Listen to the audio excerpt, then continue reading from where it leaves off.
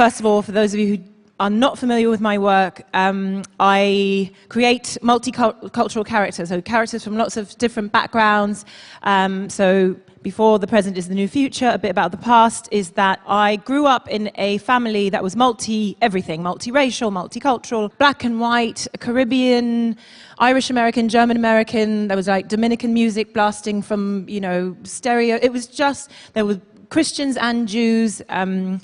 That's a long story filled with intrigue and interfaith guilt and shame. But, it was just, I was totally immersed in this world that was, filled with everybody. And then I went on to the United Nations school, and that just completely... So I began sort of developing these voices and these people, all of whom were loosely based on people I really know. And so, for example, in performing them, I would really try to inhabit them. And for example, I don't really talk like that, but that was one of my people.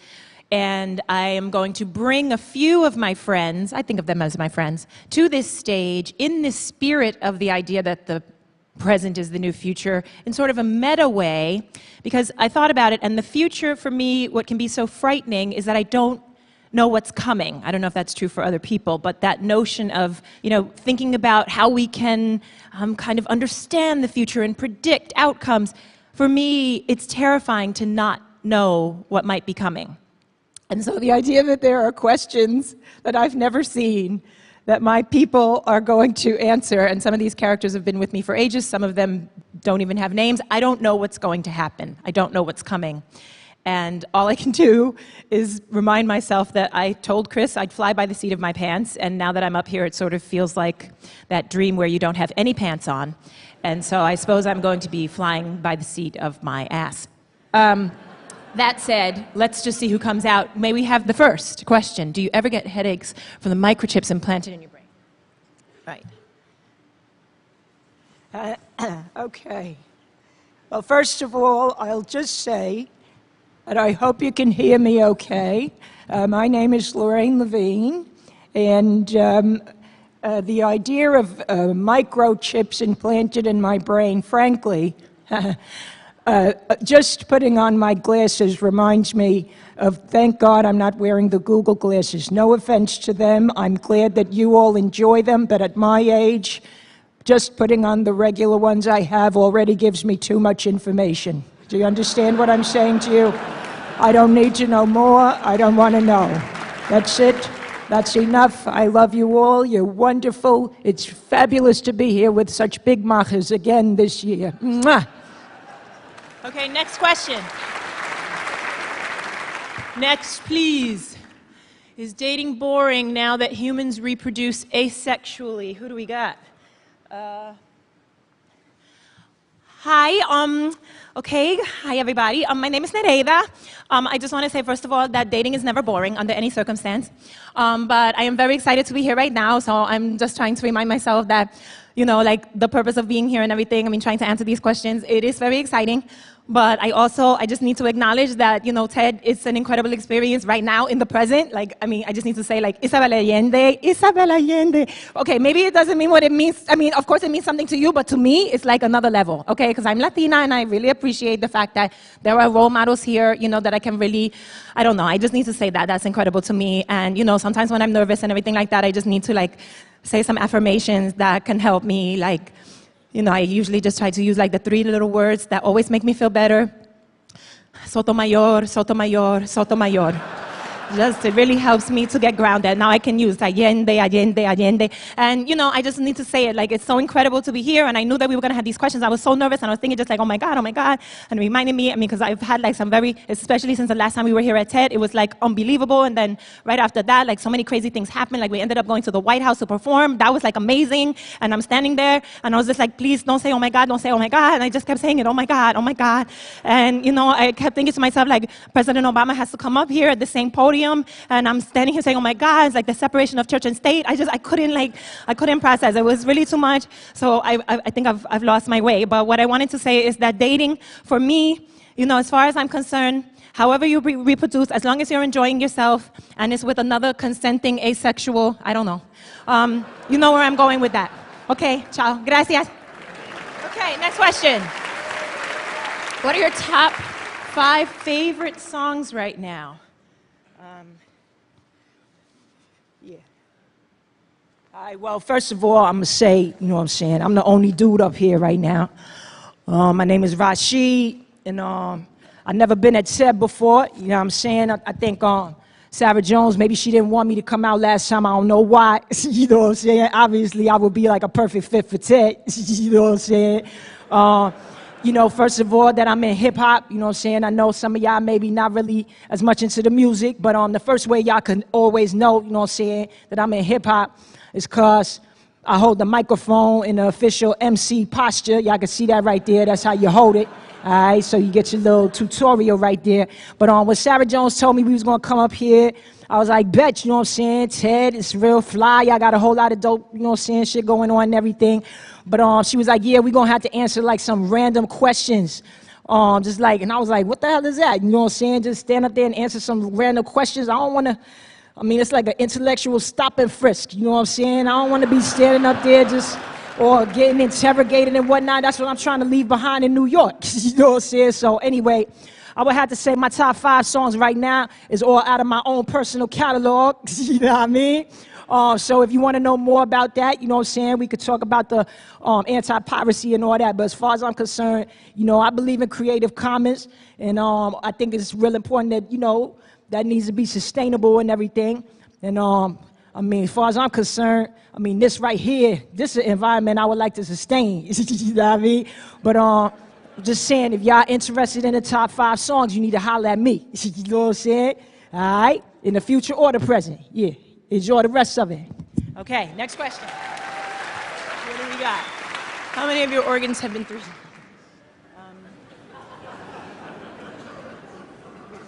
Well, I have to say that I don't know about how many of my organs have been 3D printed as such. But I can't tell you that it is so challenging to me, you know, kind of thinking about this concept of the future and that, you know, all around the world, parents are kind of telling their small children, you know, please, you have to eat that. You know, I have slaved over a hot 3D printer all day so that you can have this meal, you know, that kind of thing. Of course, now that we have changed, you know, from the global south, there is a total kind of perspective shift that is happening around the, you know, you can't just say to them, well, there are starving children. Well, it is the future, but nobody is starving anymore, thank God. But as you can tell, I have kind of that optimism.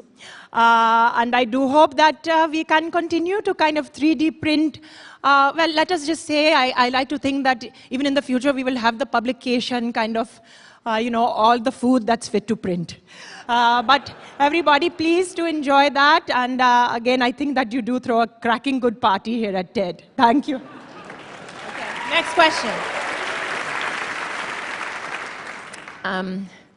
What has changed? What has changed? Okay, it's like, I have to think about that. What has changed now that women run the world? First of all, I just want to say, and my name is Bella, I just want to like identify myself, that like, as a feminist, I really find that like, you know, because I was born in the 90s and like, you know, there were a lot of women who were, as far as feminism was concerned, like maybe they didn't understand that like a feminist like me, like I don't think it's required that like you have to have a certain kind of voice or like a certain way of like presenting yourself to be feminist. Because I think that like feminism can be really hot. And like I think actually that it's really vital and important. Like the quotation I'm wearing is from like Gloria Steinem. And like I'm named Bella for like Bella Abzug, who's like obviously like a really important feminist from like history. And like I just think that those women like really represent like that you can like be vital and like amazing, like amazing. And you don't have to wear like an Eileen Fisher kaftan just to like prove that you're a feminist. Like, not that there's anything wrong with that, but like my mom, she's like, why do you have to wear pants that like objectify your body. I like my pants. Like, I like my voice. She's like, why do you have to talk? Like, talk like what? Like, I'm expressing myself. And I think that we have to, like, reach out, like, not only across, like, the different generations of feminists, but also, like, across the, like, vocal ranges. So that, like, because otherwise it's just, like, restriculous within feminism, which is just, like, a word that I created that means, like, so strict it's ridiculous. So that's my feeling about that. You guys are amazing, by the way.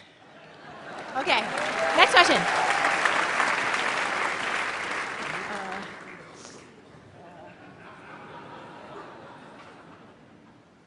Yeah, you know what? So, my name is Joseph Mancuso. First of all, I just want to say that I appreciate that TED in general has been a pretty orderly crowd, pretty orderly group. I just have to say the whole thing with baldness and, here's the thing. As long as the woman, in my case, because it's a modern world, do whatever you want to do. I don't have any problem with anybody. Enjoy yourself. LGBTQLMNOP. All right? But, as far as I'm concerned, attractiveness, women don't really care as much as you think they do about the, I remember hearing this woman, she loved her husband, it's the sweetest thing. It's a pretty young girl, and this guy's older. And, she said she would love him even if he had snow on the roof, or even if it melted and disappeared altogether. As far as I'm concerned, it's about the love. Am I right or am I right? So that's it. I got nothing more to say. Keep your noses clean. All right. Next question. Have you ever tasted meat that's not lab grown?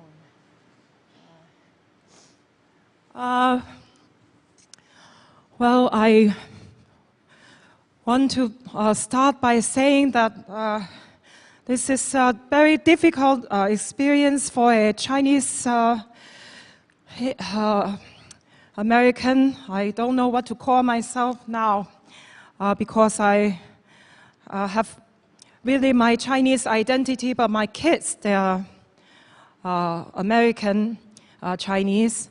But it's difficult to try to express myself in front of audience of people like this.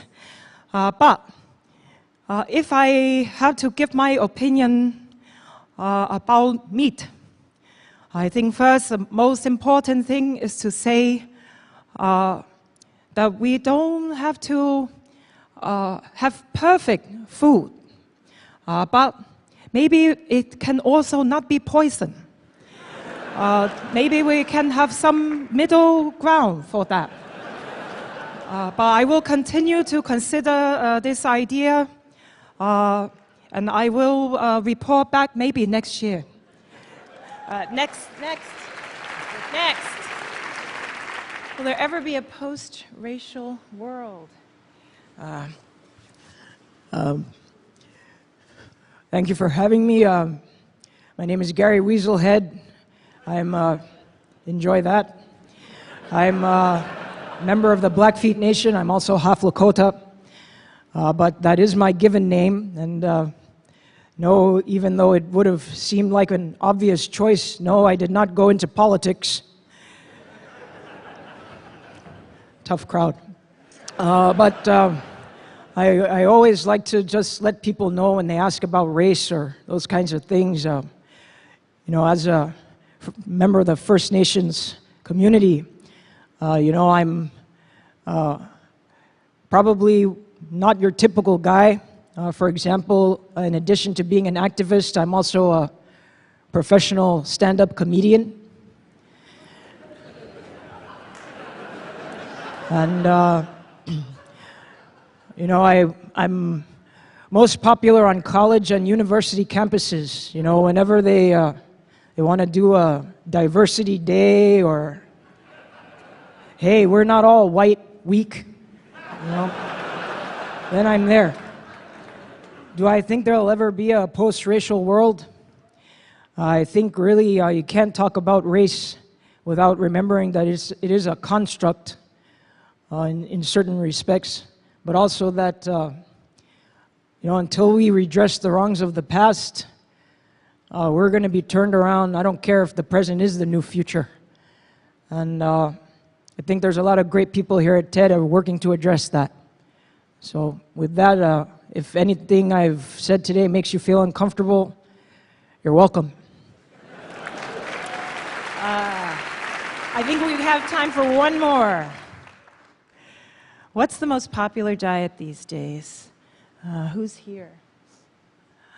Okay, well, I'm just going to answer this really fast as like 3 or 4 different people. I mean really fast. I'm just going to let y'all know that as far as diet is concerned, if you don't love yourself inside, there is no diet on this earth that is going to make your behind small enough for you to feel good. So just stop wasting your time.